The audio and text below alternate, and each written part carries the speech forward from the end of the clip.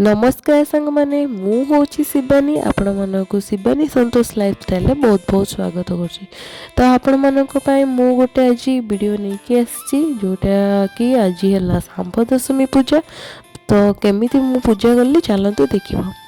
तो सांब दशमी पूजा जोटी करबी तो सेठी भल भाबे परिष्कार करी धोई देबे। तापरे सेथिरे टिके रंग माटी नेकी टिके मु एठी देखि पड़थुवे लिपि दउछि। तापरे सेथिरे मु गोटे सूर्य चित्र अंकन करवा। तो सांग माने वीडियोटा पको पको बहुत लेट हो जाइथिबो आपण मानकु मु क्षमा मागुची। तो ए देखी पारे मुझे सूर्य गोटे चित्र अंकन करदेली ता पाखरे मु एमती 7टा मंडल काटिदेली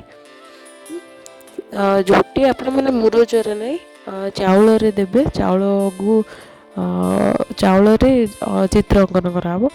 तो सांब दशमी रो स्पेशल हला गुड़गुड़िया तरकारी। तो ये देखी पारे मुझे घी नहीं कि अदा और जीरा को पकईकि भाजीदेली तापर मु सब फल पकईदेली हलदी टिके देदबा तापर सब प्रकार चना टिके ऐड करदेली।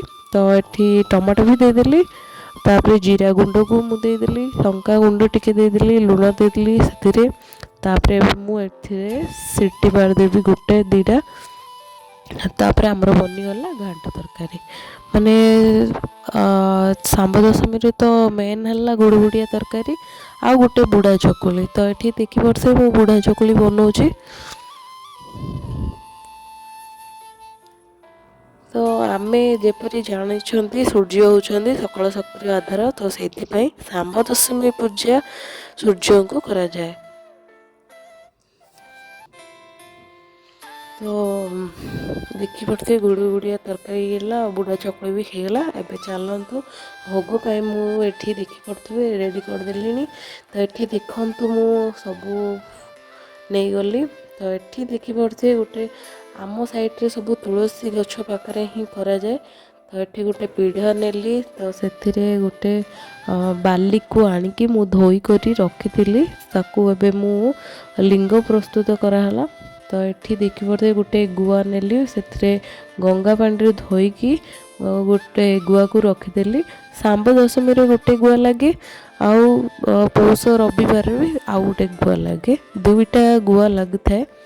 तो ये देखी पारे केते सुंदर देखा जाउछंदी। तो ये गुआ उपरे मु सुरिश फूल आ दुब सब प्रकार फूल जहाँ पौष रविवार लगे ये भी सांब दशमी रे भी सब फूल सेपरी माने लगे।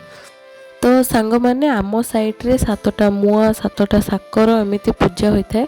आपण साइड रे जदि अच्छी आपण भी एपरी पूजा करि परिबे काहेकि ना पौष मासर धनु संक्रांति ठारू एई मुआ सब मंदिर सब जगह रे आमर बरहमपुर साइड रे पूजा करा जाए। आपण माने जानि थे निश्चित भाबे बरहमपुर रे तो मुआ स्पेशल आमर। तो आपण माने मुआ साकर आउ आपण माने जहाँ मानसिक रखिथिबे पूजा करि परिबे। जेपरी मु मानसिक रखिथिली मो झियो कथा कहि पानथला बोली मु चना पूजा करछि।